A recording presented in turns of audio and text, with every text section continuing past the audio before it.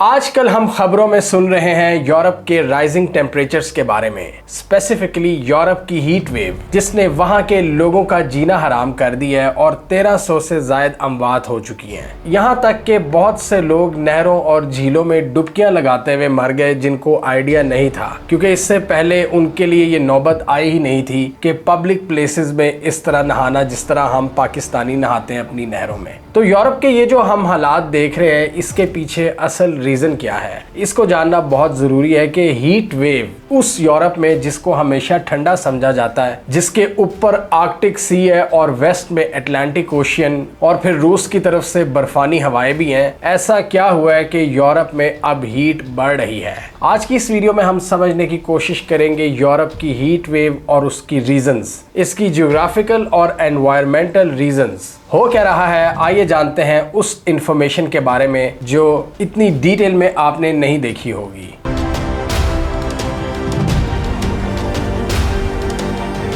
Europe میں 42 degrees کا temperature, یہ چیز دماغ کو بھی سمجھ نہیں لگتی، اور آپ اندازہ لگائیں جب وہاں پر اے سیز بھی نہ ہوں، ہماری طرح ہم تو فوراً اے سی آن کرتے ہیں یہاں پر جیسے ہی 40 سے اوپر جاتا ہے ٹیمپریچر، کیونکہ ہمارا تو ہوتا بھی فیلز لائک 50 کے قریب ہے۔ تو یورپینز اب یہ چیزیں فیس کر رہے ہیں اور وہ اندھا دھند ڈبکیاں لگا رہے ہیں نہروں میں، جھیلوں کے اندر، دریاؤں میں، اور ڈوب بھی رہے ہیں۔ اس ہیٹ ویو کی وجہ سے یورپ کو جو سب سے بڑا مسئلہ پیش آ رہا ہے وہ یہ کہ یورپ اس ہیٹ کے لیے کبھی بنا ہی نہیں تھا، وہاں کا جو انفراسٹرکچر ہے وہ اس کے لیے ریڈی ہی نہیں تھے۔ فار ایگزامپل وہاں پر کبھی اے سی انسٹال نہیں کیے گئے، بلکہ وہاں پر اگر ہم نظر دوڑائیں تو زیادہ تر سپیسز سینٹرلی ہیٹڈ ڈیزائن کی جاتی ہیں، جیسا کہ سب کانٹیننٹ اور مڈل ایسٹ میں ایئر کنڈیشن کا استعمال بہت ہوتا ہے، وہاں پر ہیٹر کا استعمال ہوتا ہے۔ ٹھنڈے علاقے ہیں، ان کو ہمیشہ سے ہیٹ کی ضرورت تھی، لیکن ہیٹ ویو اب نیچرلی ان کے سر پر منڈلا رہی ہے اور بہت سے لوگ اس سے اپنی جان سے ہاتھ دھو بیٹھے ہیں۔ اور اس کی ایک میجر ریزن یہ بھی ہے یورپ کی ایجنگ پاپولیشن اور وہی چیلنج جو ان کو کورونا میں پیش آیا تھا کہ زیادہ تر ایلڈرلی پاپولیشن ہے، ان کے لیے اس طرح کے چیلنجز کو فیس کرنا بہت مشکل ہوتا ہے۔ تو کورونا کی طرح یہاں بھی ہم دیکھ رہے ہیں کہ بہت سے بڑی عمر کے افراد مارے جا رہے ہیں۔ دوسرا، ان کے پاس ایڈیکویٹ انفراسٹرکچر کا نہ ہونا،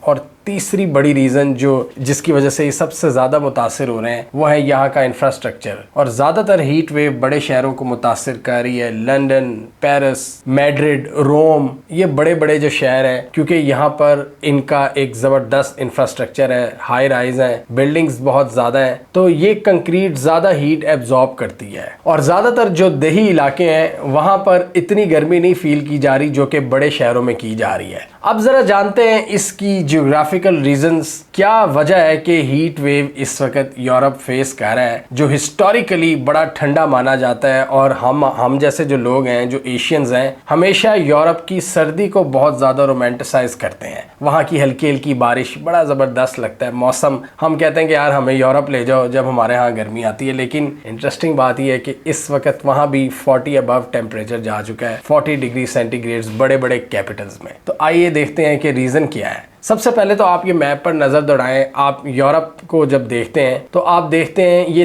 3 سمندروں میں گھرا ہوا ہے۔ یورپ کا جو کانٹیننٹ ہے پورا، ویسٹرن یورپ کی بات کریں یعنی رشیا سے آپ ویسٹ کی طرف چلے جائیں تو ایک طرف ہے آرکٹک سی جو کہ نارتھ پول کے قریب ہے، ناردرن سارا ریجن، جو کہ شدید ٹھنڈا ہے، ہسٹوریکلی بڑا ٹھنڈا رہا ہے۔ نارتھ پول کی وجہ سے بہت سے گلیشیئرز ہیں یہاں پر، اور اسی وجہ سے ہم دیکھتے ہیں کہ کینیڈا بھی ٹھنڈا ہے، کیونکہ کینیڈا اس کے ویسٹرن سائڈ کی طرف ہے نارتھ پول کے، اور یہ ایسٹرن سائڈ پہ یہ سارا یورپ ہے۔ تو ایک تو آرکٹک سی ہے، پھر آپ دیکھتے ہیں اٹلانٹک اوشن ہے۔ اٹلانٹک اوشن بھی ہسٹوریکلی بڑا ٹھنڈا رہا ہے، اس کا جو اپر پارٹ ہے تو یورپ اس کے بھی قریب ہے۔ اب نیچے آ جائیں، ساؤتھ میں ہے یہاں پر میڈیٹرینین سی۔ میڈیٹرینین کے حوالے سے بہت سے ایکسپرٹس کا یہ خیال ہے کہ یہ پچھلے کئی سالوں میں گرم ہو رہا ہے۔ ان 3 سمندروں کو تو آپ نے دیکھ لیا جنہوں نے یورپ کو گھیرا ہوا ہے۔ اب یہاں آتا ہے افریقہ کا کانٹیننٹ جو کہ یورپ کو گرم بنانے میں اپنا ایک اہم کردار ادا کرتا ہے۔ ایک میجر ریزن یہ ہے کہ یہ جو نارتھ افریقہ کی گرم ہوائیں ہیں جو سہارا ڈیزرٹ سے آتی ہیں، وہ ٹریول کرتی ہیں یورپین کانٹیننٹ کی طرف۔ جیٹ سٹریمز کا ایک سلسلہ آتا ہے اٹلانٹک اوشن سے، یہ وہ ہوائیں ہیں جو موسموں کو تبدیل کرتی ہیں،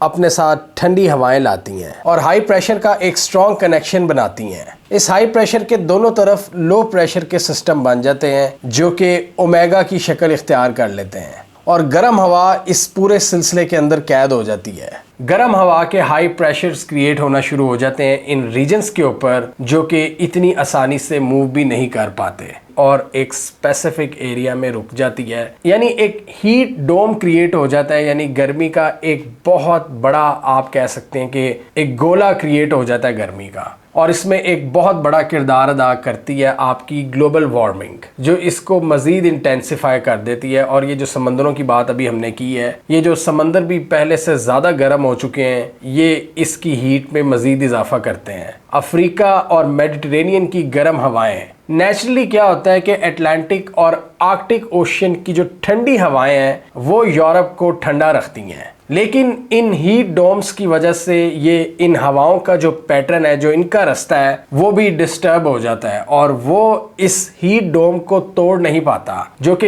یوزلی اپنے ساتھ ان گرم ہواؤں کو آگے لے جاتے ہیں. انٹینس ہیٹ ویوز کے دوران یہ جیٹ انجنز اپنا کردار اس طرح ادا نہیں کر پاتے اور اس طرح یہ جو ہیٹ ڈومز ہیں, یہ گرم ہوا کا پریشر وہاں پر معلق رہتا ہے کئی دنوں تک, اور جب تک وہ معلق رہے گا اس کو آپ ہیٹ ویو کہتے ہیں یورپ کے اندر, اور تب تک وہاں کے لوگ گرمی سے جھلستے رہتے ہیں. آرکٹک کے حوالے سے بھی ہم نے 2-3 ڈیٹیل ویڈیوز کی ہوئی ہیں جس میں ہم نے دیکھا تھا کہ آرکٹک اوشن بھی تیزی سے پگھل رہا ہے جو کہ نارتھ پول کے قریب ہے, جو ہسٹوریکلی جہاں پر بہت زیادہ گلیشیئرز ہیں, یعنی سب سے زیادہ گلیشیئرز نارتھ پول میں اور ساؤتھ پول یعنی انٹارکٹیکا. تو نارتھ پول میں یہ آرکٹک کے سمندر کے ارد گرد بھی تیزی سے برف پگھل رہی ہے, اور اس وجہ سے ہم نے دیکھا تھا کہ نہ صرف امریکہ اور روس بلکہ چائنا اور بھارت بھی یہاں پر آنے کی کوشش کر رہے ہیں, کیونکہ جو برف پگھل رہی ہے نئے سمندری راستے کھل رہے ہیں, نئے ٹریڈ زونز بن رہے ہیں. تو یہ تو پھر کلیئر ہے کہ جتنی زیادہ ہیومن ایکٹیویٹی بڑھے گی اتنا ہی زیادہ پگھلاؤ آئے گا, اور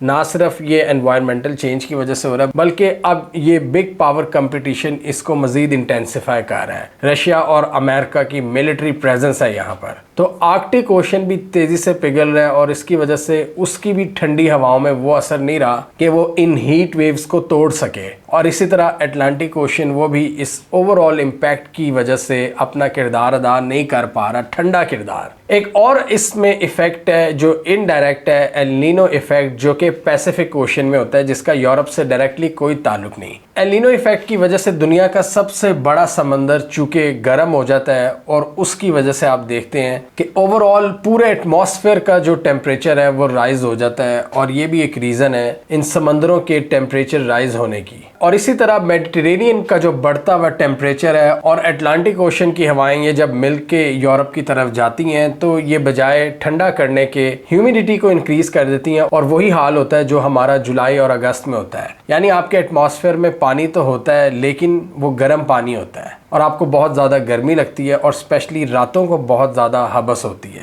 یہی چیز اس وقت یورپ ایکسپیرینس کر رہا ہے. ان فیکٹرز کی وجہ سے ہم دیکھ رہے ہیں کہ یورپ کی سوئل کا موئسچر کم ہوتا جا رہا ہے اور اسی وجہ سے وہ زیادہ ڈرائی ہوتی جا رہی ہے, اور یہ بھی چیز ہے جو کہ یورپ میں گرمی میں اضافہ کرتی ہے. اور ہر سال ہم دیکھ رہے ہیں کہ ہیٹ ویوز کی شدت اور تعداد میں بھی اضافہ ہو رہا ہے. مطلب یہ ہیٹ ویوز آیا کرتی تھیں پہلے بھی لیکن کئی سالوں بعد, لیکن اب ہم دیکھ رہے ہیں 2019 کے بعد سے لے کر اب تک ہیٹ ویو تقریباً ہر سال آ رہی ہے. یعنی پہلے اس طرح کے جو سائیکلز بنتے تھے سمندروں کے اندر, ڈیفرنٹ پیٹرنز کا چینج ہونا یا ٹیمپریچرز کا بڑھ جانا, یہ بڑا ریئر ایونٹ تھا, لیکن اب یہ کامن ہو چکا ہے. سمندروں کے رائزنگ ٹیمپریچرز اور اس کی وجہ سے پیدا ہوتی ہوئی حرارت جو کہ اب کانٹیننٹ کو ٹھنڈا کرنے کے لیے اپنا کردار اس طرح ادا نہیں کر رہے. آرکٹک سی بھی تیزی سے پگھل رہا ہے, میڈیٹرینین گرم ہو رہا ہے, اور اٹلانٹک اوشن کو ریکوائرڈ ٹھنڈک نہیں مل رہی. تو یہ تینوں سمندر جو کبھی یورپ کو ٹھنڈا رکھا کرتے تھے اب یہی یورپ کی گرمی کا باعث بن رہے ہیں. اور ڈیفینیٹلی جس طرح ٹیمپریچر مزید رائز ہوگا یہ پورا ایکو سسٹم مزید خراب ہوتا جائے گا.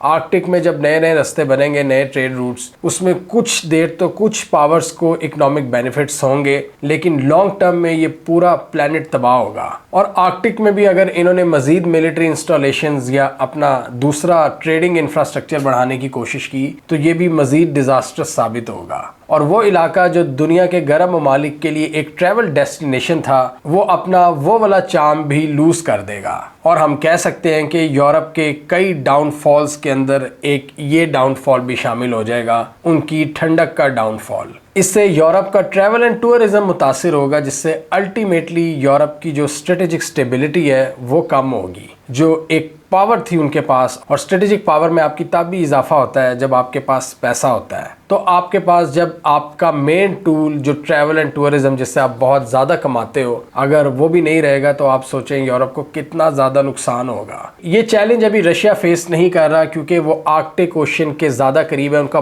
بہت بڑا علاقہ آرکٹک اوشین کے اوپر لایا کرتا ہے، اور دوسرا سائبیریا کی ٹھنڈی ہوائیں جو کہ ہمارے علاقوں تک کو ٹھنڈا کرتی ہیں۔ تو روس ابھی اس چیلنج کا سامنا نہیں کر رہا، کینیڈا اس چیلنج کا سامنا ابھی نہیں کر رہا، اس چیلنج کا ابھی ایمیننٹ تھریٹ یورپ فیس کر رہا ہے، اور ایکسپرٹس کے مطابق اگر کلائمیٹ چینج کے امپیکٹس کو نہ سلو ڈاؤن کیا گیا تو یورپ مزید متاثر ہوگا۔ کاربن ایمیشنز، فاسل فیولز کی برننگ اور تیزی سے بڑھتا ہوا انفراسٹرکچر، یہ چیزیں ہیومن انڈیوسڈ کلائمیٹ چینج کو مزید ایمپلیفائی کرتی ہیں۔ آرکٹک اوشین اس کی اگزامپل ہے، اور یورپ کے بڑے بڑے شہر اس کی اگزامپل ہے، جہاں انسانوں نے محض اکنامک ترقی کی خاطر اس ایٹماسفیئر کو خود تباہ کیا ہے۔ اور یہ سلسلہ آج سے شروع نہیں ہوا، یہ سلسلہ 17ویں 18ویں صدی سے شروع ہوا ہے، جب یہ ساری انڈسٹری لگا رہے تھے اپنے ملکوں میں، جس نے آہستہ آہستہ ایٹماسفیئر کو خراب کیا، اور آج ہم اس سچویشن پہ آ کر کھڑے ہو گئے ہیں کہ ایک ایگزسٹینشیل تھریٹ کا سامنا ہے۔ ہمیں کامنٹ سیکشن میں بتائیے آپ کے خیال میں کیا یورپ کی یہ سچویشن آنے والے وقتوں میں بہتر ہوگی یا مزید خراب ہوگی؟ آپ کے خیال میں اس کی میجر ریزن کیا ہے؟ افریقہ کی گرم ہوائیں یا اٹلانٹک اوشین کی ہواؤں کا کام نہ کرنا، جو ان کی جیٹ سٹریمز ہیں، ان کو ان ہیٹ ڈومز کو پینیٹریٹ نہ کرنے کی ایبلٹی جو اب ہم فریکوینٹلی دیکھ رہے ہیں، کیا میجر ریزن ہے؟ کیا اس میں ہیومنز کا بھی کوئی کردار ہے، یا اب ہم سمندروں کے بڑھتے ہوئے ٹیمپریچرز کو کنٹرول نہیں کر سکتے؟ آپ کیا سمجھتے ہیں؟ کامنٹ کیجیے۔ اس کے علاوہ ہمارا یوٹیوب چینل سبسکرائب کر لو، ساتھ ہی وہ بیل آئیکن بھی دبانا تاکہ وہ سٹوریز دنیا بھر سے پاکستان سے جن کی مین اسٹریم میڈیا پہ پراپر کوریج نہیں ہوتی، ہمارے پلیٹ فارم کے تھرو آپ تک ٹائم پہ پہنچ جائیں۔ دا وائٹ سائڈ ایک ایسا ایگزیمپلری پلیٹ فارم ہے جس نے آج تک کانٹینٹ کے حوالے سے کسی سے ڈکٹیشن نہیں لی، بمشکل 2 سے 3 پیڈ کیمپینز کی ہیں، اور وہ بھی نان پولیٹیکل، اور اس کے علاوہ ہم ساری ریسرچ، سارا ڈیٹا خود پروڈیوس کرتے ہیں اور کوشش کرتے ہیں کہ بیسٹ انفارمیشن اپنے ویورز تک پہنچائیں، کیونکہ یہ ایک بہت بڑی ذمہ داری ہے ہم پر۔ ہم پاکستان میں انڈیپینڈنٹ میڈیا کی اصل شکل ہیں، ہم کسی سے ڈائریکشن نہیں لیتے بلکہ اپنی ڈائریکشن خود بناتے ہیں۔ ہمیں بھارت نے بھی بین کیا ہوا ہے، اور پاکستان میں بھی میڈیا کے حالات کچھ سازگار نہیں، اور بعض اوقات ہمیں اسی وجہ سے احتیاط برتنی پڑتی ہے۔ ہمارے اس انڈیپینڈنٹ کام کو سپورٹ کرنے کے لیے آپ ہمیں پیٹریون پر فائنینشلی سپورٹ کر سکتے ہیں، اور جو ہمیں کرنٹلی سپورٹ کر رہے ہیں ان کا بہت بہت شکریہ۔ ہمارے بڑے بھائیوں کی تعداد ابھی تھوڑی ہے، لیکن ان کی یہی سپورٹ ہمارے لیے بہت میٹر کرتی ہے۔ ہمیں پیٹریون پر آپ اس لنک پر جا کر سپورٹ کر سکتے ہیں۔ ہم حکومتوں کے ہر غلط ایکشن کو کرٹیسائز کرتے ہیں، اور سسٹم کی جو ناکامیاں ہیں اس کو ہائی لائٹ کرتے رہتے ہیں، لیکن ہمارا جو ایک ریجنل نیریٹو ہے اس کو بھی دنیا کے سامنے رکھتے ہیں، یعنی بتاتے ہیں دنیا کو کہ ہم ریجن کی آواز ہیں، ہم پاکستان کی آواز ہیں، ایک صحیح معنوں میں پاکستانی آواز جو کہ پاکستانی نیریٹو دنیا کو دکھاتی ہے، جس میں ہماری کامیابیاں اور چیلنجز دونوں شامل ہوتے ہیں۔